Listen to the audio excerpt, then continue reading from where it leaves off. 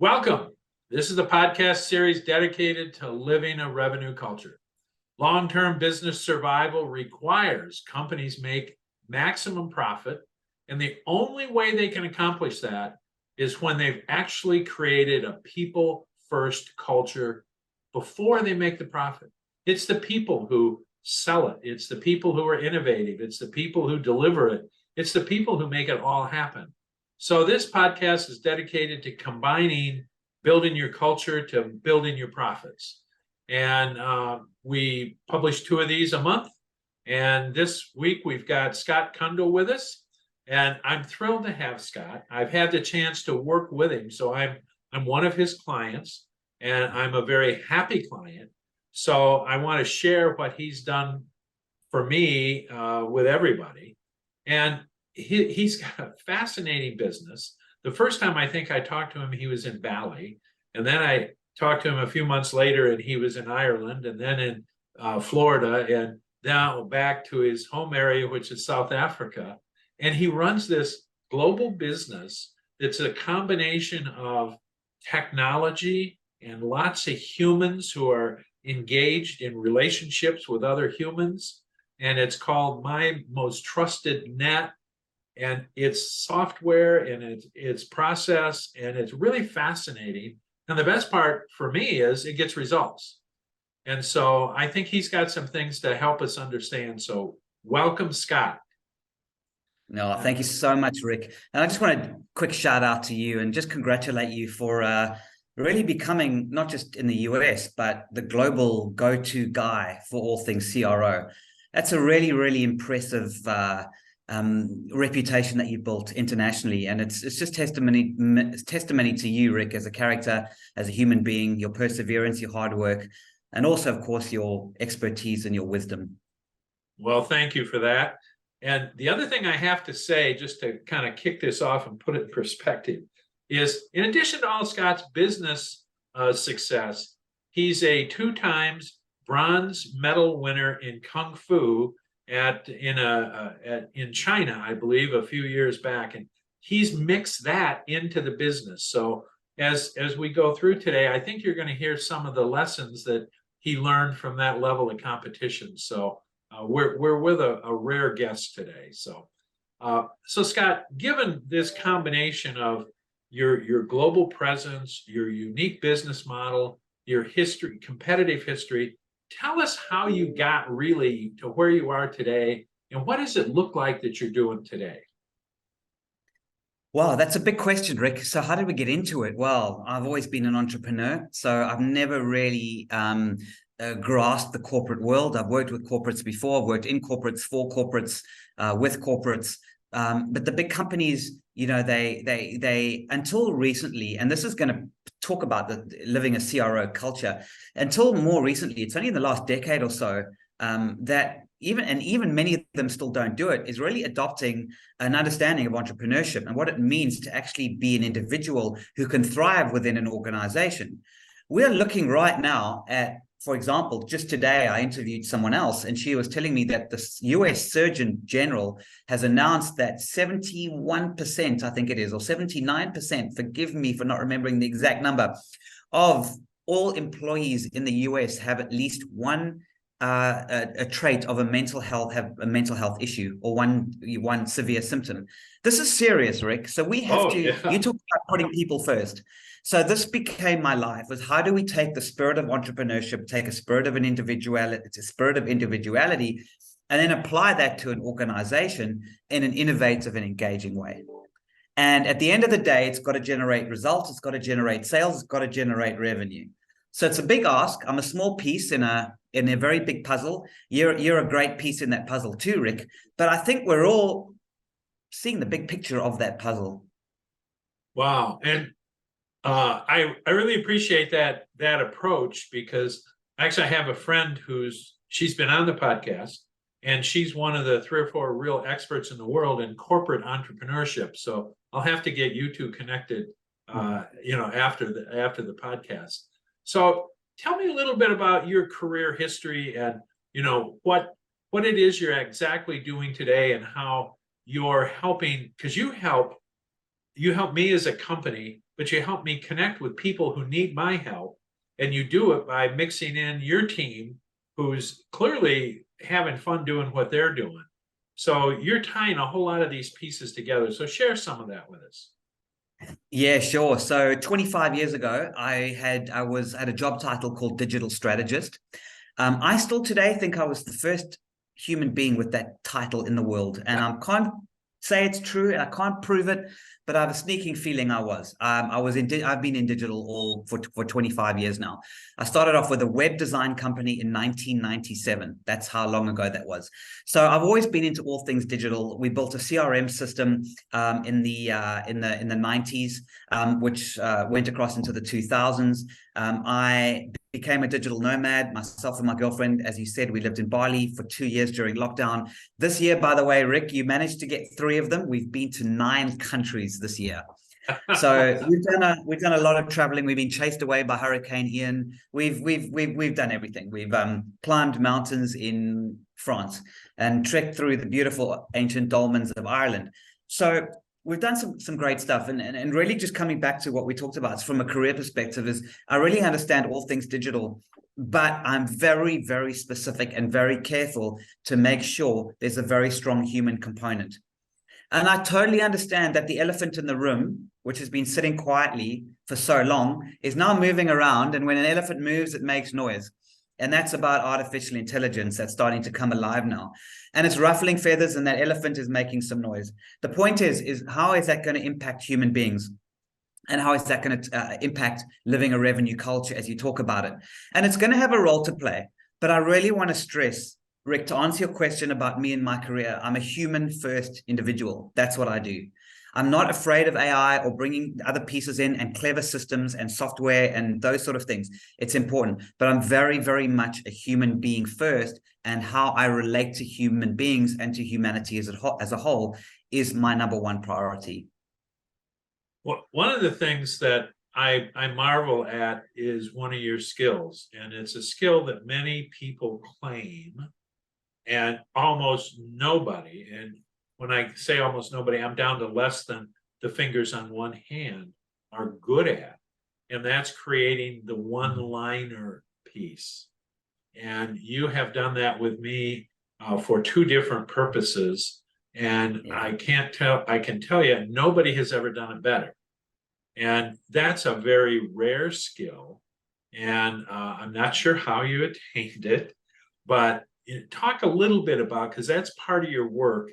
And when I see people doing digital, often it looks like it's a shotgun, and they're just doing digital to the broadest possible population.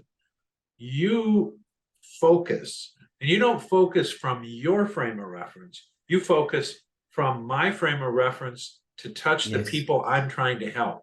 So talk a little bit about that, because what you do is really exceptional. Yeah, thank you, Rick. So the captivating one-liner was something I have been doing inherently for over a decade. It was only named the captivating one-liner when I wrote the first edition, which is now in the 3rd edition of the ebook. And the captivating one-liner is one line that speaks to the pain of the audience, not your product.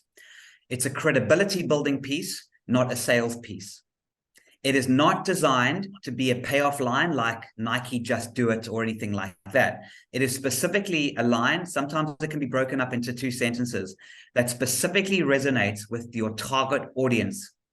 It's way more difficult than it sounds. It's far more complicated. And it started off with a story. I was with a client about a good 8 to 10 years ago, and they sold steel balustrades. And they made these beautiful balustrades and staircases for big companies and expensive houses, etc. And they would send their brochure out and say, look how wonderful my product is. Look at our photographs. Look how beautiful our balustrades are. And of course, they don't get a result. And that was 10 years ago. Now, you're almost impossible to try and spam people and think you're going to get a result. So I sat with them. I said, who are you trying to reach? And what is keeping them awake at night? And they said, we are trying to reach architects. And after a bit of going back and forth, we discovered that the architects themselves are a bit frustrated and annoyed with many cheaper imitations out there not complying to proper balustrade safety. Children could climb underneath, and I actually learned quite a bit about balustrades through that client. Interesting. I can spot a bad balustrade a mile away in case anybody's interested. Phone me if you want me to. So we sat down and we came up, because of the safety issue, we came up with a captivating one-liner called "Saving Lives One Balustrade at a Time." That allowed them to go to the industry with a captivating one-liner that talked about the pain, not the product, and it changed their whole game. And that is where the power of the captivating one-liner comes in. But to lead into one of the key secrets about a great captivating one-liner, which, by the way, statistically gets a minimum of 10x your click-throughs. Minimum of 10x your click-throughs. It's phenomenal. Most people don't believe it. They have to, they just say it's impossible. It isn't impossible. So what happens with that captivating one-liner is I'm going to use an analogy. So Rick, I'm going to ask you a question. If you take a pebble, and I know I'm sounding all very kung fu and ancient Chinese here, but if you take a pebble and you drop it into a pool of water, how do you make the ripples go from outside in? I have no idea. No idea. I can't even visualize it. The fact is you can't. Yeah. So you can't.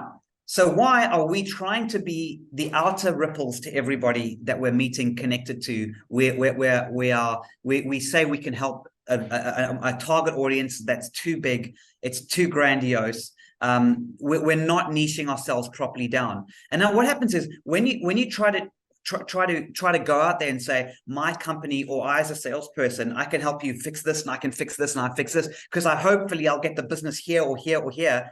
It doesn't work. Because what you have to do, especially as a salesperson or anybody that's in charge of revenue, is once you're in the outer ripples, right, you then got to prove to them that you really are good enough to solve that one specific problem. And you can't do that. It doesn't work. You can't go from the outside to in. But right, if you're specific and you know who you want to reach, how you're going to help them, what their pain is, like a specialist doctor, a heart surgeon, a brain surgeon, somebody who really is specialized, that becomes your pebble, specific, drops in the water, and then the ripples. And if it turns out that somebody is not quite in your target audience, but still needs what you have to offer, they'll still come to you and say, I'm not quite within your audience, but can you still help me? They'll still ask you that question, can you still help me? In which case you go, yes, I can. So in other words, Rick, you're still going to capture the outer ripples, but you're never going to make those ripples by trying to go outwards in. I love that. And it's, it's part of the work that we always do is, we talk about starting from the buyer's frame of reference, which is that single point. It's what do they really want? And then how do you message to them? And we tell people to do that, but we don't tell them how to do it, and we can't show them how. And I want to be a testament to what you just said, because you have driven, I've spent well over $100,000 in the last few years trying to do what you just talked about. And you're the first organization that's actually helped me do that. And you've multiplied the number of people that I'm now in communication with by 10 easily. So, I can testify to the fact that what you're talking about, you're actually able to deliver on. Thank you, Rick. And what's important is that, yes, you've got to be able to deliver on what you say. Now, the internet never forgets. So if you go out there with a kind of hard, automated, spammy, one-size-fits-all to everybody, whether it's LinkedIn or social media or whatever, if you try to do business with that person a year, 2 years, 5 years, 10 years down the line, and that person happens to look at their feed or the messages that you sent them in the past, and it's listed with all these spammy, that relationship is hurt immediately. So don't do it.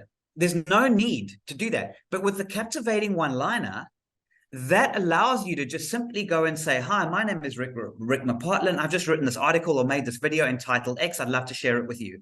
If that captivating one-liner is strong enough, it does the work for you. You're sharing content one-on-one, you're connecting with people, but you're resonating with them, with that pebble that gets them to go, wow, okay, this Rick guy knows his stuff, professional, well organized, backs up this crazy statement that he's just made with real stuff. I might just take his call. You know, And Scott, that's it's embarrassing for me to say that what you just said is disgustingly true in my history.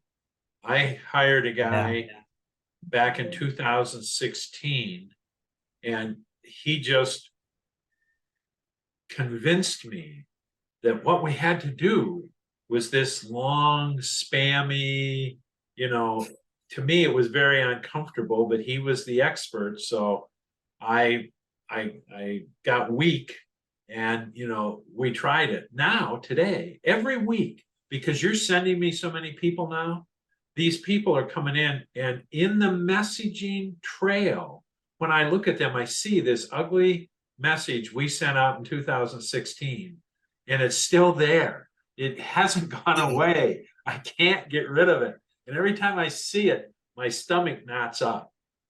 yeah. So, But now contrast that, Rick, contrast that with what we did together, right? Now, all we did when we used this methodology, and LinkedIn is just the one example, and those messages that we connected with to new people, all we did was we said to them from your LinkedIn profile, of course, hi, my name is Rick McPartlin. I've just made a video entitled the CMO to CRO upgrade. Without the certification, you won't get a reserved seat at the leadership table. May we connect? Now, what that captivating one-liner does is, first of all, it can stay there forever. It's a great piece of work. It's a great line. It's not a sales pitch. It doesn't matter if the internet doesn't forget, right? Never forgets. It's fine. It's a great content that you shared with them. So this whole CMO to CRO upgrade and how it can get you a reserved seat at the leadership table is something that's poignant to them. And here's the trick. If somebody clicks on that, and this is where our software comes in, if somebody clicks on that captivating one-liner, we can track that they clicked on it. They're only going to click on it if they want a CMO to CRO upgrade and they want to get a reserved seat at the leadership table. If they don't have those two requirements, they're not going to click. So by clicking, it's telling us that they are ready for you, at least in terms of their desire. They might not be ready financially. They might not be ready for a whole bunch of other reasons. But that's the first step of how the captivating one-liner can unfold within an outreach program in a non-spammy or non-sales pushy way. Yes. And, it's interesting as you're saying that. One of the other things that jumps up is when we talk about a revenue culture, we believe that the revenue culture is not just shareholders and leadership and employees, but it also includes your customer. And so in this case, one of the things you and your software have done for us is not only do you get me connected with somebody on LinkedIn, but because they cared about that one-liner and they cared about what the subject was, we also have their email addresses. And so now we're able to, they'll see this particular podcast. They'll know this podcast is there, and they know our blogs are there, so that we're without being pushy or in somebody's face. When somebody said, I really care about getting that seat at the table, we're helping educate them at no cost to them. And someday, if they're ready, then they can come back and say, hey, I want to go get certified. But between now and then, all we're doing is trying to make them smarter and see if we can provide them some value. So your combination of the one-liner and the software, and I'd like you to talk a little bit about the software, because I've been in the CRM business since the early 90s when it was called Salesforce Automation. And I've been through every revision of it up till today. And what you do in your software, maybe there are things that have a whole bunch more tangential stuff hung on the outside, but yours gets the work done in a simple, easy way that's as focused as your one-liner is. So I'd love to have you kind of tie some of those pieces together, because when we talk about a culture, you're tying the cultural pieces together. Oh, thank you, Rick. Yeah, and I know this is you've very graciously made this about me. I really want to also make this about you and your understanding of obviously living a revenue culture, which is what you're all about. But in terms of our software, it's really about the ability to do two things, and we call it R&R. It's reputation and referrals. That's ultimately what you're looking for here: is build your reputation and or get referrals. And you can't really have one without the other, can you? I mean, you can't really have a great reputation and nothing gets ever done with it. It's no point. If no one's referring you, what's the point of having a great reputation? That's the point of it. Because a reputation, by definition, is the pebble moving outwards. And of course, referrals are the greatest form of business that you can get. So what our software does is it works with LinkedIn to do those two things. It builds your reputation, generates referrals. Now, it doesn't automate the referral part of it. It still needs a human being to work with it, finding strategic people to put you in touch with, et cetera, et cetera. But it shortcuts that process. And one of the ways it does that is we've created a network, which is what we think LinkedIn should have been. It really is a network of trusted connections, all connected with themselves.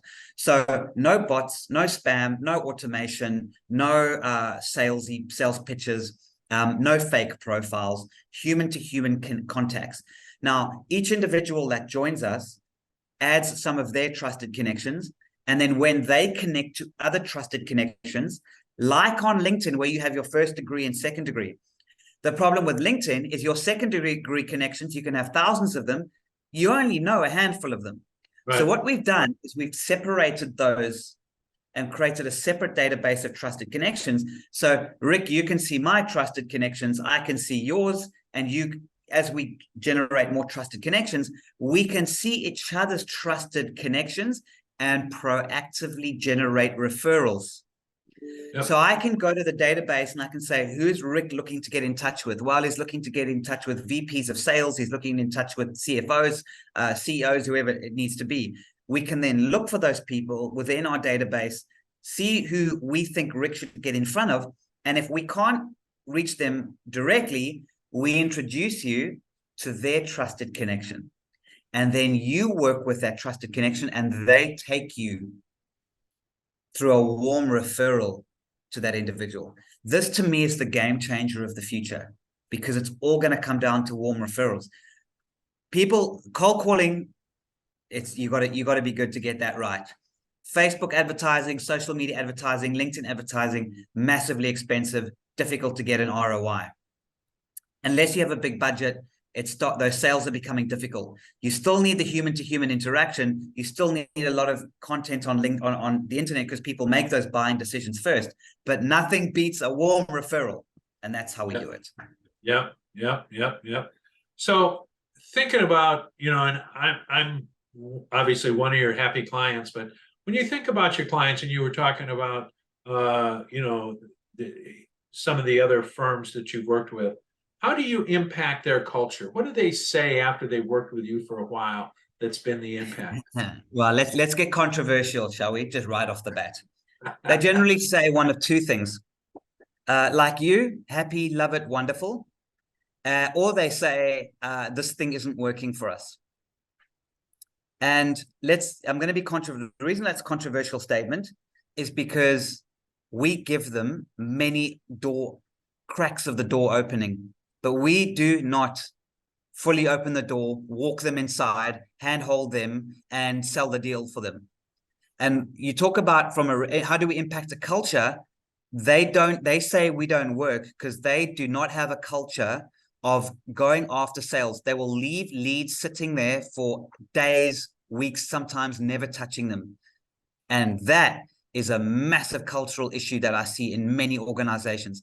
The hunger to chase even the sniff of a good quality lead. It's just not there. Rick, I don't know. You've got more experience in this than I have, but what I've seen is that, wow, I don't know how much money they're leaving on the table. Yeah. Organization, to have a revenue culture, you have to be able to define the roles in the culture that are necessary to create the outcomes, and then find people who are passionate about doing that work.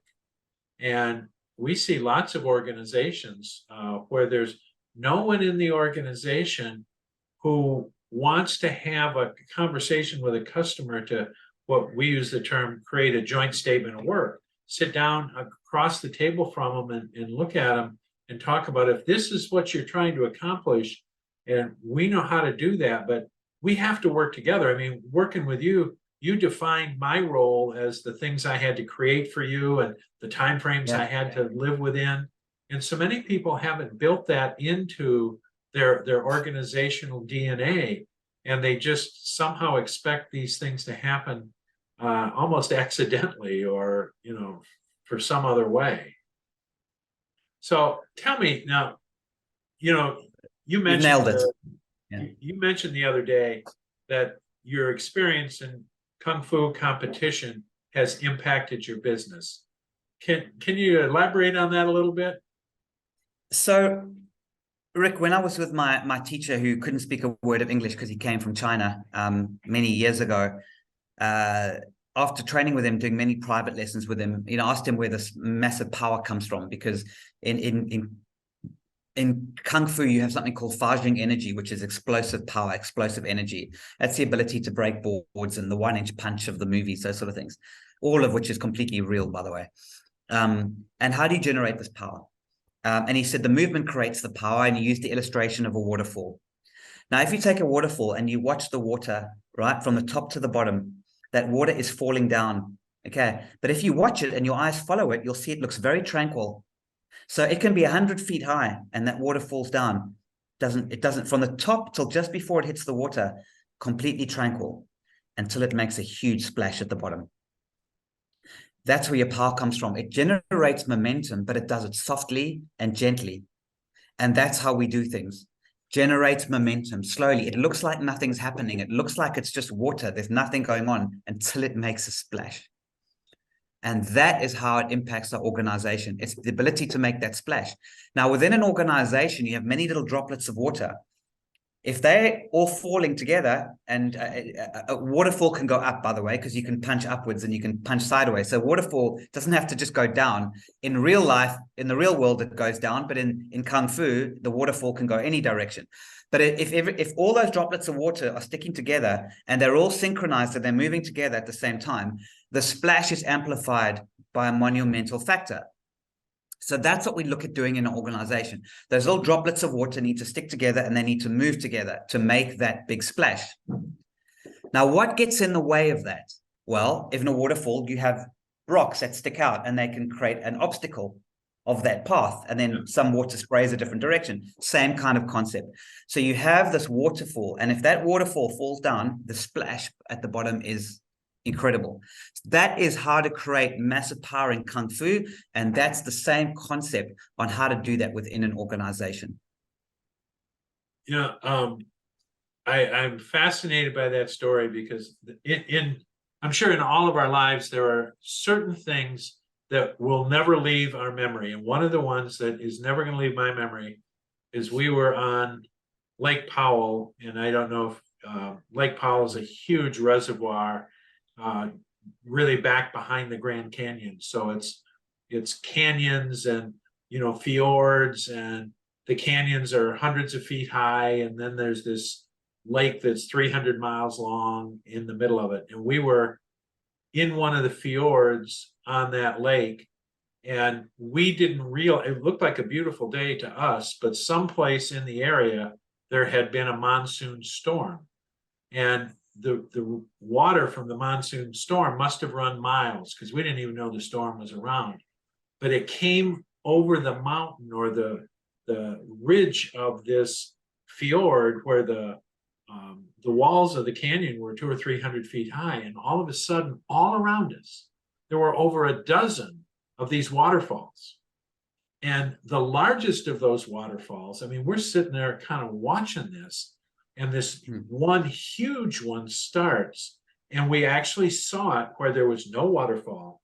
We got to watch it come down and go into the lake. And what was astounding was the perspective we got. It missed a 60 or 65 foot houseboat that was somebody's private boat that probably cost $750,000. It missed it by a few feet.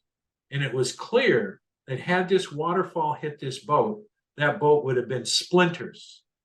And I just never seen that kind of power generated. And it was exactly what you said. It was this beautiful, tranquil until it hit the water. And then you're going, oh my gosh, how There it is. frightening for that boat that was just a few feet away and just missed it. Yeah. How frightening for the competition if all the key members of your team act together and are focused in that way and live that revenue culture, like you say, and are orchestrated correctly with no obstacles in the way to remove them. That's the same type of power that's generated in Kung Fu. That's the way they broke that board is the same way they break bricks. People break bricks and things with their hands. It's extraordinary. They're capable of some incredible things. And I'm loving that this analogy has resonated with you, Rick. Yeah.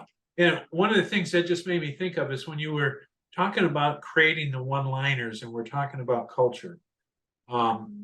We can create the one-liners and the one-liner can have great power and it can create results. But do you find some of the organizations you work with aren't good at building the essence of the one-liner into, and you're talking about people who don't follow through. It seems like when you create these great one-liners, the organization should be aligning themselves. They should have aligned before. I mean, hopefully you're capturing their essence in it, but yeah, okay. So here's the thing. That's a good point. The thing is, in order for a one-liner to work really well, you've got to have that pebble, which is now being upgraded to waterfall. The waterfall is the correct analogy. I use the pebble to begin with because it's easier to understand, but the waterfall creates the ripples underneath, and you can't go backwards back up the waterfall. So you have to be specific. So that captivating one-liner with that very specific stream, very specific focus that makes that splash should be integrated into a company. But companies don't like to specialize. They refuse. It doesn't. You said yourself that you saw many different waterfalls, and a company can have many different waterfalls, but that's not what most organizations want. Most organizations want one waterfall done properly that makes a huge splash that encompasses everybody and gets all the revenue, and then they take over the world. But in reality, that's silly. It doesn't work like that. You've got to have laser-focused, very specific streams, teams of people working together. So the answer to your question, Rick, is very few organizations have that in place. Yeah, I mean that's that's the power. I'm so glad we're having this conversation because that's the part of this podcast that is really hard to get organizations to do. People will want a one-liner or they want a good CRM or they want to do these individual things, but they don't seem to want to put all the pieces together. And that's why the culture concept's so important, because if you're not putting pieces together, you've got random culture and you don't ever get the power that you were talking about. What can I say, Rick? You understand it. You've got it. I hope the people listening to this also get it, because it's not easy to implement, but it's natural to implement. And when you start the process, you will find you'll get it right. And that's what people like you do. And that's why you're so passionate about what you do, and you're generating the reputation because you go into these companies and you help them. Well, and that was so well said, because it's interesting when we get to go into an organization and we get to certify enterprise teams where we're really working with not just the C-suite, but the operational leadership as well, and some of the key individual performers, the great engineers or the great software people or the great salespeople or marketing people are part of it as well. It's amazing to see how quickly they want to work together, and they can work together once they have a thinking platform for how to do it. Because those of us who are, my undergraduate degree is in accounting, so I speak accounting. But if I go talk to marketing people and I speak accounting, we don't have a very good conversation. If I'm going to talk to marketing people, I got to find a common language we both understand. And it's not about English or Chinese. It's about accounting versus marketing, or engineering versus accounting, or we have to have a way to come together. And that's what gets so exciting about building cultures, is when we give them a way to come together and actually have the joy. I mean, they get joy out of working as a team, where 6 months before they didn't like Absolutely. the other people very much. So, uh, and Yeah. what I see you doing is helping to bring all that together, and you also help bring them to their ideal buyer, which that's a big deal. No, thank you, Rick. I don't want to overstate what we do, because there's still a lot of work from the team and the organization to do it. We start the process, but with the referrals, with the warm introductions, with the way that we do it, it's just a different approach. It's just not something that people are used to. And organizations are kind of like, yeah, it takes a little while for the penny to drop. Well, the Yeah, thing that you do with the one-liner and the referral nature is, we divide the world into, in its simplest form, two halves.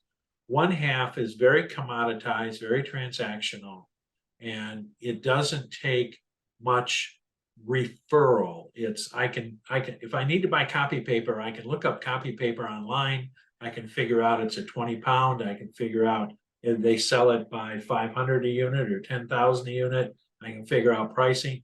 I don't need to have a lot of help or conversation, or I don't need your wisdom along with it. I can buy copy yeah, paper by myself. But if I'm on the other side, which our business is, where we are trying to create solutions to people's problems, we're trying to partner with them to make the world better. I need referrals. I need the right referrals to the right people. And so yeah, if I'm on we call it the thought leadership side of the equation, I need a source to meet the right people at the right time. If I'm on the other side of the equation where I'm doing transactions, it's really about product availability. Is the quality good enough, and the price? And that's one of the things we struggle with. And I just left a meeting yesterday with 20 companies, all of which are on the side where they're in the thought leadership, and they're all struggling with some form of lead gen, or how do I get introduced? Because all the lead gen is what you talked about earlier. It's my embarrassing yeah. message that's still stuck out on LinkedIn that I wish I'd never done, that cost me $10,000 to do it, and I'm still feeling the pain. So you're in a different place than others are. And I think it's important that cultures match their approach to referrals, or to leads, or to their messages, and that doesn't happen very often. No, thank you, So, Rick. I appreciate that. so what advice do you have? First, what advice do you have for either entrepreneurs or senior leaders of companies that they should be thinking about in this crazy time? People want to say, well, the pandemic's never seen anything like it. Well, then it's inflation, never seen anything like it. Supply chain, never seen anything like it.